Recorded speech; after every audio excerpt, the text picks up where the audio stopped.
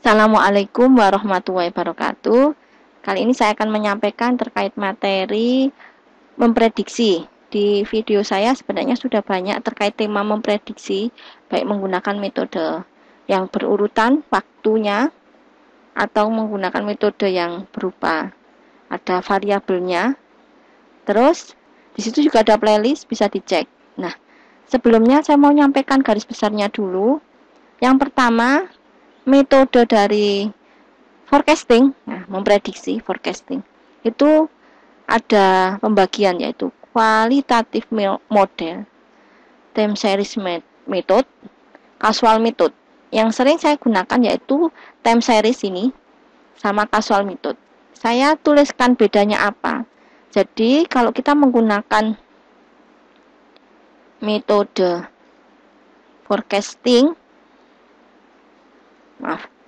forecasting itu saya yang sering gunakan adalah time series dan satunya saya taruh bawah yaitu casual model. Ini ya. Jadi ada casual sama time series. Kausal. Dah. Apa yang membedakan? Kalau data yang kita gunakan itu tanpa ada variabel X, variabel input atau X, biasanya disimbolkan ini. Atau istilahnya ada istilah variabel independen.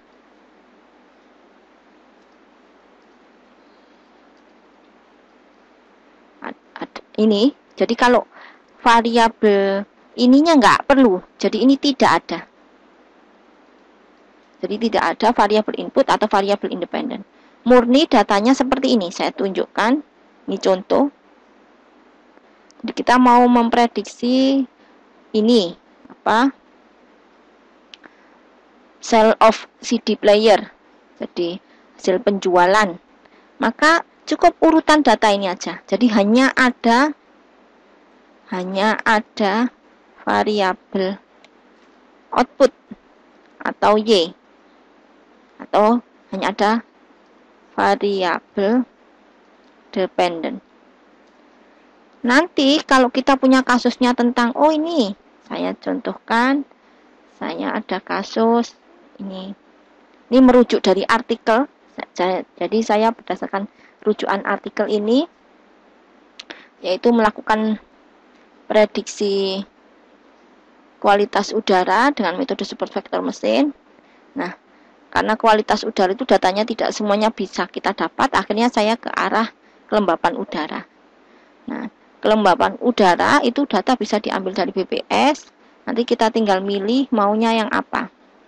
Ada kecepatan angin, ada apa ini ya, tekanan udaranya, terus atau ini hujan, dan ini data kita ambil dari BPS, boleh. Terus kita cek aja kita mau mengambil yang mana. Ya, berarti intinya kita merujuk dari sini. Kalau di sini misalkan menggunakan metode support vector mesin, berarti dia berdasarkan kausal. Nah ini, kalau kausal itu ada, nah ini ya, ada variabel input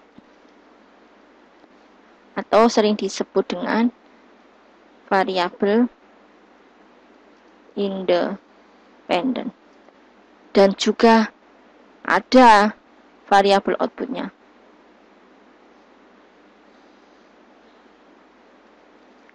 Variabel output atau sering disebut dengan target.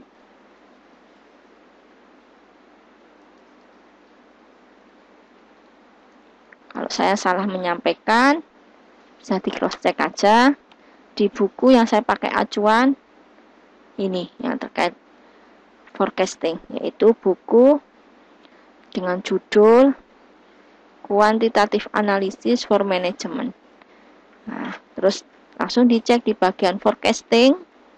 Di sini langsung disampaikan tekniknya ada banyak, ini ya, 3 ya, bagi. Nah, terus yang kita pakai acuan kalau misalkan time series, berarti model pembuatan datanya cukup diurutkan aja. Ya, cukup diurutkan. Misalkan ini contoh lagi. Nah, kayak gini. Jadi ini nggak akan dihitung. Karena saya memang berpatokan bahwa, oh ya, rumusnya nggak ada nih ngitung X-nya, nggak ada. Jadi murni yang dihitung adalah Y, kan Y ya. Ini Y itu adalah data aktualnya. Sedangkan F itu simbol data yang akan diprediksi, T itu berarti waktunya. Hanya itu rumusnya. Ini kalau kita menggunakan moving average. Jadi tabel yang kita buat cukup hanya ada satu kolom. Hanya ada satu kolom. Sedangkan yang ini pasti lebih dari satu kolom karena ada kolom, misalkan saya simbolkan X.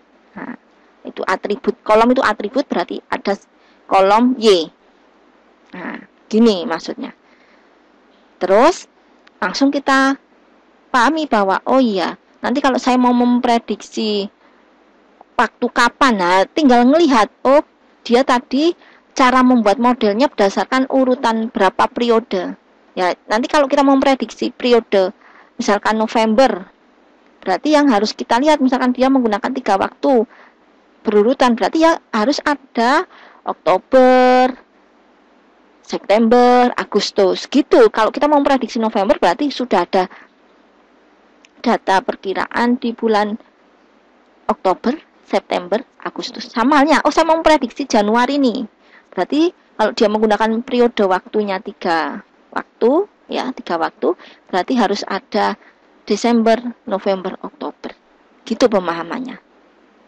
Kalau kita mau memprediksi data yang baru. Seperti itu. Terus kalau kita mau nyusun sekarang. Oh, saya mau mengambil data ini. Misal saya ambil yang ada ini ya, pengamatan dari ini. Ini ada suhu, kelembapan. Nah, ini kecepatan. Ini ada waktu 2019, 2020, 2021. Nah, kita pakai, nanti kita ambil yang mana misalkan. Kita contohkan. Saya ambil datanya. Oke. Terus saya pindah aja. Biar nanti saya nggak bingung nyari. Udah saya taruh sini. Saya buka. Caranya nyusun bagaimana? Nah, kita lihat, oh tadi di artikel yang kita rujuk itu menggunakan metode SVM. Nah, metode SVM itu masuk metode yang mana?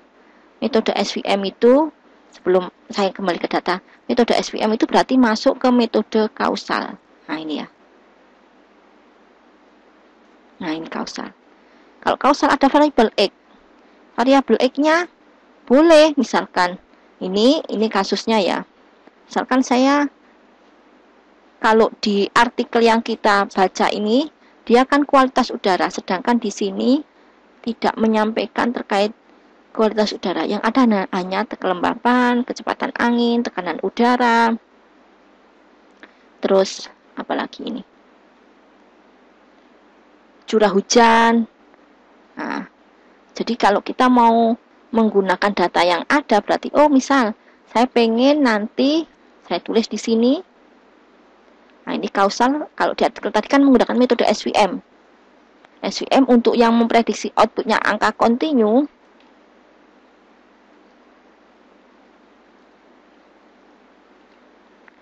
Berarti kita menggunakan yang regresi.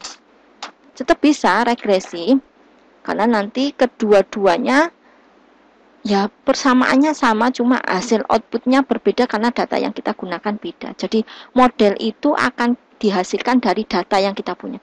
Kalau data yang kita punya ada 3 kolom misalkan, ini ada X1, saya pakai 2 variabel misalkan X2, ini Y, X1-nya misalkan saya menggunakan suhu, terus kelembapan, nanti memprediksi kecepatan angin misalkan. Berarti di sini suhu, kelembapan, terus di sini kecepatan angin. Nah, maka kita tinggal menyesuaikan. Oh, di tahun 2019 kita pakai yang rata-rata, berarti suhunya 28. Nah, nanti datanya kayak gini. 28. Ini saya buat 2 layar biar memudahkan mencatat. Terus di tahun 2020 28,2. Nah, terus di 2021 27,1. Sedangkan kelembapannya rata-rata 75, 78,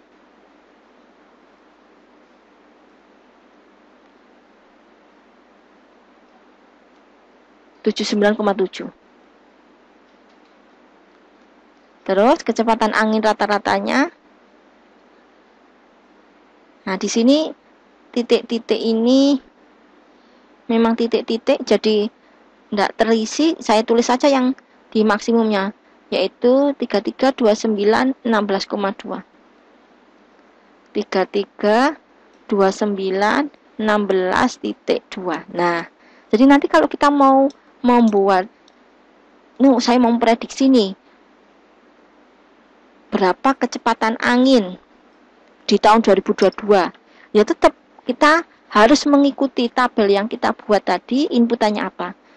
Nah, ini inputannya. Jadi tetap harus diinputkan berapa suhunya, berapa kelembapannya. Seperti itu cara membuat modelnya. Nanti kalau kita mau kan harusnya datanya banyak ya, harusnya datanya banyak. Banyak itu berapa ya? Ya bisa bervariasi. Ada yang kalau pengumpulan datanya bisa lebih mudah, nah berarti boleh harusnya dalam ratusan, ribuan boleh. Tapi kalau kita mendapatkan datanya itu agak susah, ya boleh, hanya 100 berapa gitu boleh. Nah, ini contoh. Jadi nanti kalau kita mau melakukan prediksi tetap harus berdasarkan ini loh, variabel X-nya. Jadi tidak ngacunya mau memprediksi hanya tahun ini sekian, enggak. Tapi kita lihat, tadi dia variabel yang dipakai untuk menentukan itu apa. Ya, untuk menentukan apa. Ini contoh. Nah, karena ini datanya sedikit, saya nggak bisa mempraktekkan langsung membuat modelnya. Terlalu sedikit. Jadi kalau kita mau membuat contoh, yang ambil data yang banyak. Contoh misalkan, ini saya ambil yang lumayan banyak lagi. Nah, kita lihat ini.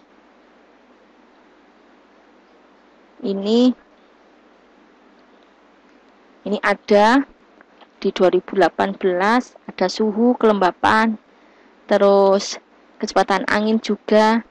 Saya ambil ini juga, misalkan. Kalau tadi kan ini 2019, 2020, 2021. Nah, ini ada 2018, saya ambil misalkan suhunya rata-rata 28. Saya tulis di sini 28. Karena ini tidak mempengaruhi urutan waktunya, tidak mempengaruhi, jadi saya cukup langsung inputkan aja 28. Terus kelembapan udaranya 74.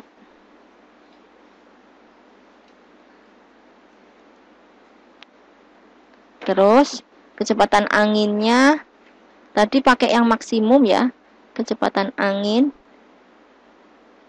Nah, ini berarti 31. Dah, harus konsisten. Pokoknya kalau tadi pakai apa itu. Kemudian misal ini saya download aja. Tetap saya download. Kemudian coba saya ambil yang 2007.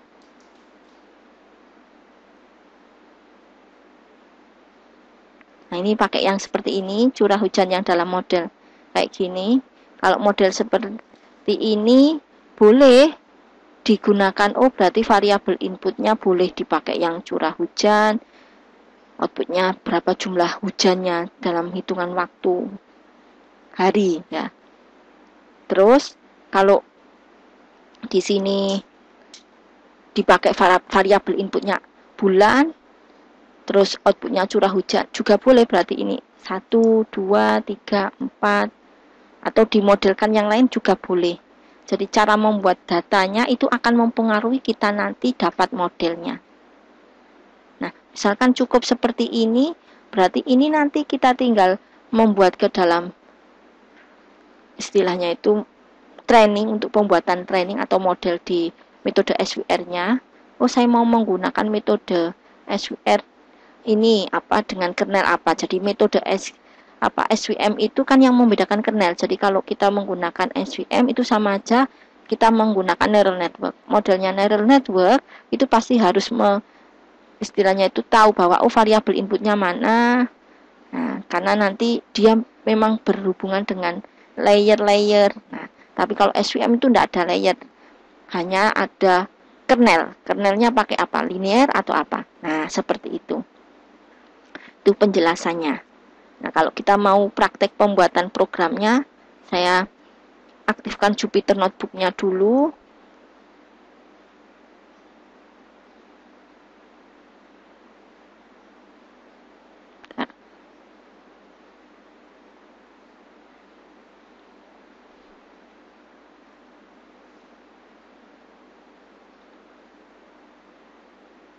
Ini saya simpan dalam file CSV. Saya buat kayak gini.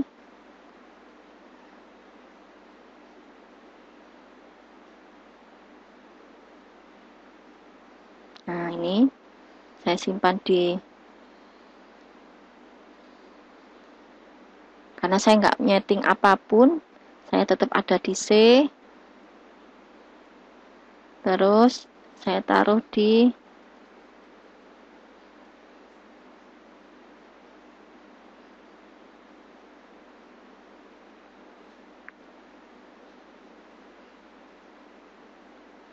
ini ya. Saya ubah filenya CSV, kecepatan angin. Kecepatan angin. Saya tadi ada di belajar Python, pelatihan, kecepatan angin. Pokoknya saya buka. Saya buat file Jupyter Notebook-nya untuk membaca datanya, karena hanya 4 baris ya. Saya tadi hanya menyentuhkan 4 baris. Model SVR, kecepatan. Saya baca datanya dulu, saya impor pandas. Variabel saya simpan di D datanya.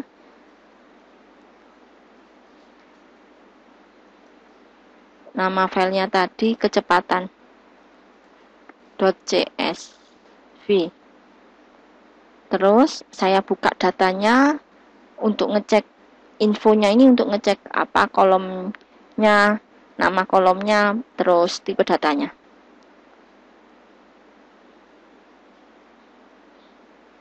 Sudah, hanya 4 baris memang. Saya tutup dulu, berarti ini sudah berhasil kebaca.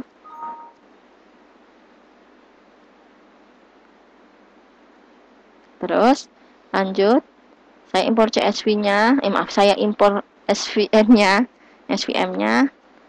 Saya nggak menghafal code, jadi saya buka dari sklearn aja. Nah, ini SVR-nya.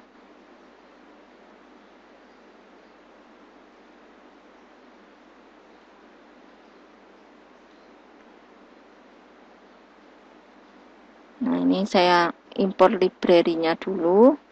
Setelah saya impor, sebelumnya saya tentukan X-nya dulu. X-nya saya ada 2, yaitu di kolom ke-1 dan ke-2. Kalau di sini indeks dimulai dari 0 ya, jadi saya nulisnya 0 sama 2. 2 itu berarti nggak ikut, hanya 0 dan 1.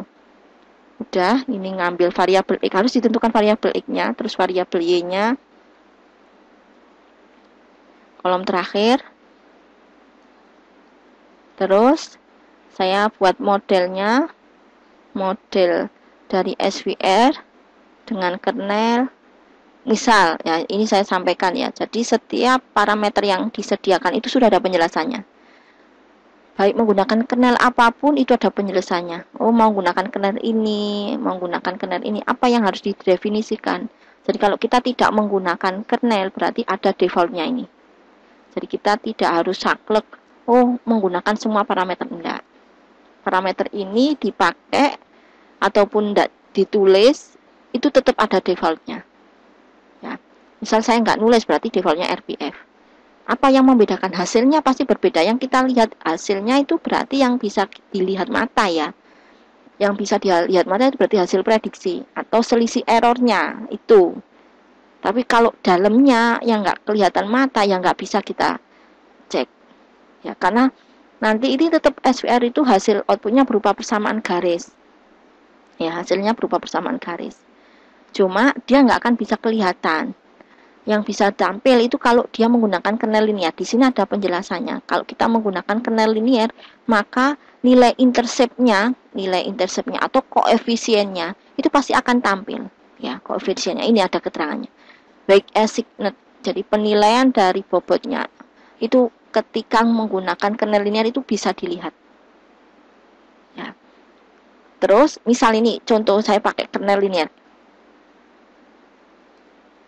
Nanti kita lihat. Saya training dulu fit variabel e, y. Udah. Setelah saya fit, saya prediksi. Kalau nggak saya prediksi ya nggak apa-apa, saya pengen lihat aja persamaannya. Itu bisa dilihat, yaitu kita print di nilai intercept-nya, ini, sama kita print nilai koefnya. Maaf, koefnya ini double atau enggak F-nya? Oh maaf, 1 aja. Udah, itu bisa kelihatan. Nah ini ya, ini nilainya. Berarti ini kalau kita buat persamaan, saya tulis persamaannya. Maaf, ini pager ya, komentar. Y aksen itu hasil prediksinya dengan rumus 52 titik. Misal saya pakai 4 digit belakang berarti 2898 ditambah 1.1 X1 dikurangi 0.7 X2. Ini persamaannya. Nah, sedangkan kalau kita menggunakan kernel RBF, contoh misalkan model, nah sekarang model, saya pakai model, yaitu SVR kurung gini aja. Ini berarti menggunakan kernel RBF defaultnya. Kalau kita training fit e, y, terus kita mau nampilkan, tidak bisa. Ya, ini ya fungsi. Ini saya tampilkan.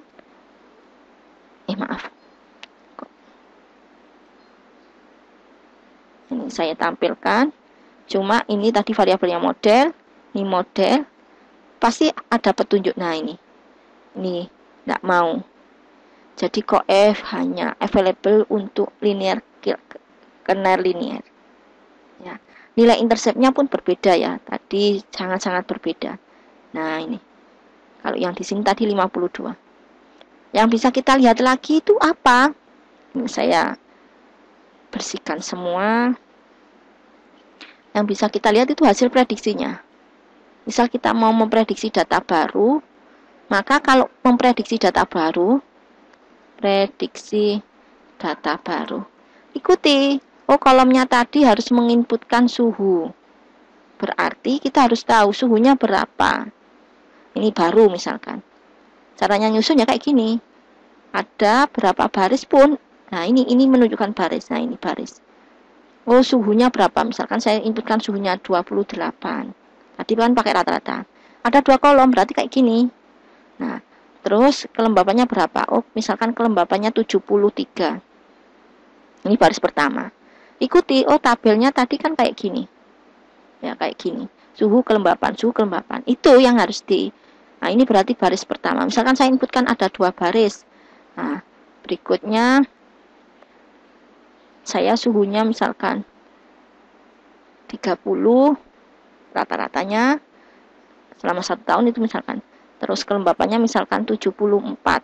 Nah, ini berapa? Ya tinggal lihat aja. Yang bisa kita lihat itu hasilnya. Pasti berbeda. Ini kalau yang Y predict tadi, ini yang kernel linear, saya pakai L. Ini ya simbolnya. Berarti mode titik predict datanya adalah baru. Ini kita nanti print. Satunya Y predict yang RBF, RB. Nah, saya pakai gini. Model titik predict. Hasilnya pun berbeda, maaf. Predict. Kita print Y predict L. Tadi variabelnya Y predict RB. Jadi mainnya tetap ini variabel namanya, tadi nama variabel yang kita buat apa, harus diingat. Ini juga variabel, ini variabel, sedangkan ini fungsi yang sudah terdefinisikan. Oke, kita running, yang kita bisa lihat hanya hasil prediksinya.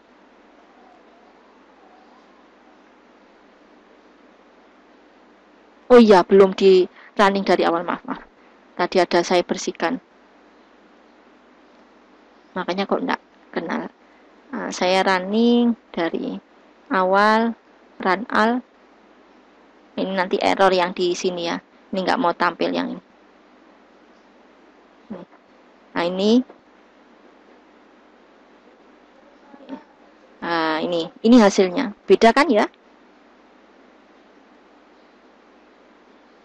Kenapa kok ini ada dua? Ini kan tadi yang hasil kernel linear, yang ini RBF. Loh, ini kenapa kok dua juga? Iya kan tadi saya uji coba dua baris. Nah, ini baris pertama, ini baris kedua. Itu yang harusnya kita pahami. Data yang kita punya